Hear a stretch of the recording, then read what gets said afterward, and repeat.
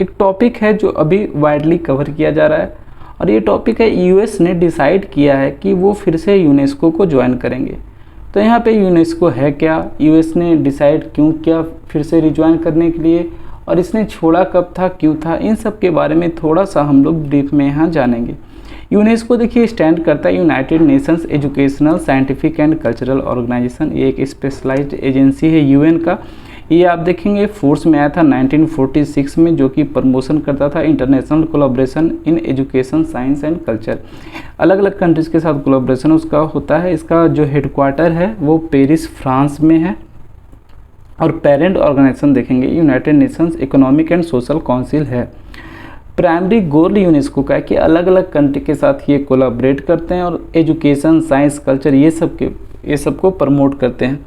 देखिए की एरियाज़ जो ये फोकस करते हैं उसमें एजुकेशन हो गया, नेचुरल साइंसेस हो गया, कल्चर हो गया, अलग अलग कल्चरल जैसे टेंजिबल, इनटेंजिबल है, ये सब साइट्स को ये लोग प्रिजर्व करने का भी काम करते हैं। मोनूमेंट्स हो गया, या फिर कुछ वैसी लैंग्वेजेस हो गए, ट्रेडिशंस हो गए, ये उनको रिकॉग्नाइज़ करते हैं, इसको धरोहर मानते हैं, और कैसे इसको बचाया जाए ये सब प्रमोट करते हैं। अलग अलग देशों के साथ मिलके इस पे काम करते हैं। साथ में कम्युनिकेशन एंड इंफॉर्मेशन हो गया, इन सब के बारे में भी ये बात करते हैं।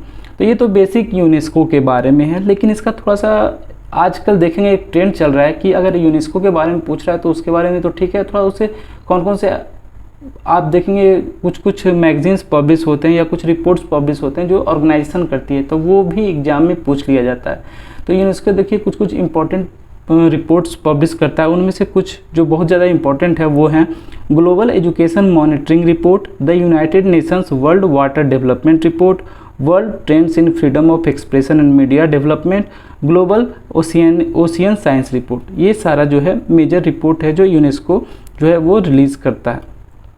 अब देखिए यूएस ने डिसाइड किया रिज्वाइन करने के लिए, तो ये मैटर क्या था, इसने छोड़ा क्यों था, ये सब के बारे में बात करेंगे। पहले तो आपको बता दें अब यूएस फिर से रिज्वाइन कर रहा है तो ओवर $600 मिलियन जो है वो वापस यूनेस्को को देगा। आपको बता दें यूनेस्को ऐसा है कि लगातार उसका खुद का कोई कंट्रीब्यूशन नहीं है कि उसके पास बहुत सारे पैसे, जो भी मेंबर कंट्रीज़ है वो फंड इकट्ठा करते हैं और फंड जो है यूनेस्को में देते हैं। इससे पहले जब यूएस ने छोड़ा था तो उससे पहले इसका शेयर 22% था टोटल फंडिंग का। अगर मान लिया जाए यूएस अगर सारे कंट्री मिलके ₹1, ₹2 अलग अलग सब दे रहे हैं, तो अकेला अगर ₹100 में, तो अकेला यूएस जो है ₹22 दे रहा था यूनेस्को को। मैं एक समझाने के लिए आपको ये बताया।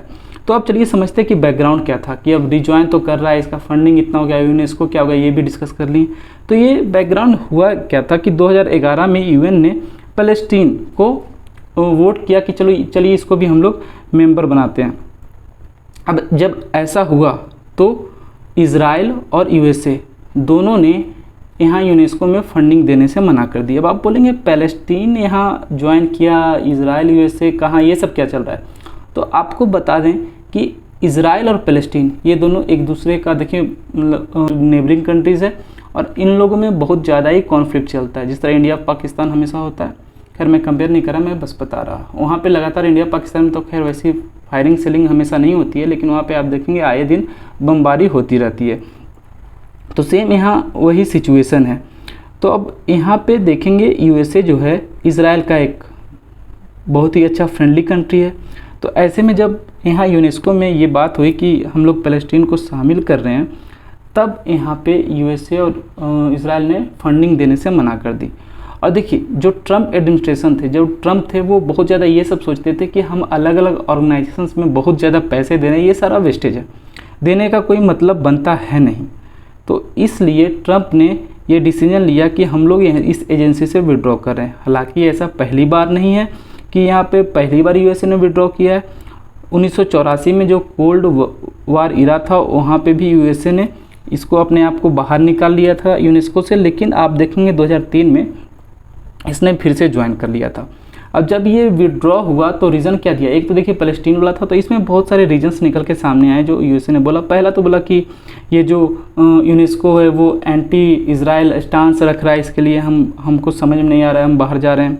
साथ में देखें बोले कि बहुत ज़्यादा हम लोग फालतू में बजट अपना यूनेस्को में दे रहे हैं। अब खुद सोचो 22% बजट वो यूनेस्को में दे रहे थे, बोले इतना देने का ज़रूरत नहीं है, पैसे फालतू में जा रहे हैं, अपना कंट्री में लगाएंगे, ऐसा ट्रम्प का मानना था। आपको याद होगा जब ट्रम्प एडमिनिस्ट्रेशन में थे तो बहुत सारे ऐसे एजेंसीज थे जहाँ से उन्होंने वापस ले लिया था अपना कंट्रीज़ का नाम कि नहीं, हम इसमें बस फालतू में पैसे दे रहे हैं, इसका कुछ मतलब रह नहीं गया। तो यहाँ पर सेम यूएसए ने यहाँ पे वही किया था और यूनेस्को से बाहर निकल गया था। तो अब सवाल ये उठता है कि ठीक है, जब इतना सब कुछ सही था, सही सोचा, तो अब वापस से रिज्वाइन करने का क्या हो गया। देखिए सिचुएशंस वैसा होता है, टाइमिंग होता है। अब हुआ क्या कि जब यूएसए ने यहाँ यूनेस्को से नाम वापस लिया तो उन्होंने सोचा कि चलिए हम इस रीजन से वापस नाम ले रहे हैं।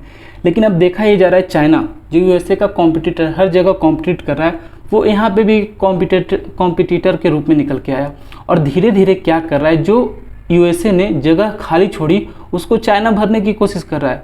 चाइना देखेंगे यूएसए का वो एक रेप्लिका बन रहा है, वहाँ पे वो एक ऑप्शन बन रहा है, वो कोशिश कर रहा है कि जो यूएसए खाली जगह छोड़ दिया उसका वो बने। और जब ऐसा होगा तो चाइना का इन्फ्लुएंस फिर पूरे ऑर्गेनाइजेशन पे बढ़ेगा और साथ में धीरे धीरे हर जगह जब पकड़ मजबूत होगी तो यूएसए अपने आप पीछे दिखेगा चाइना से।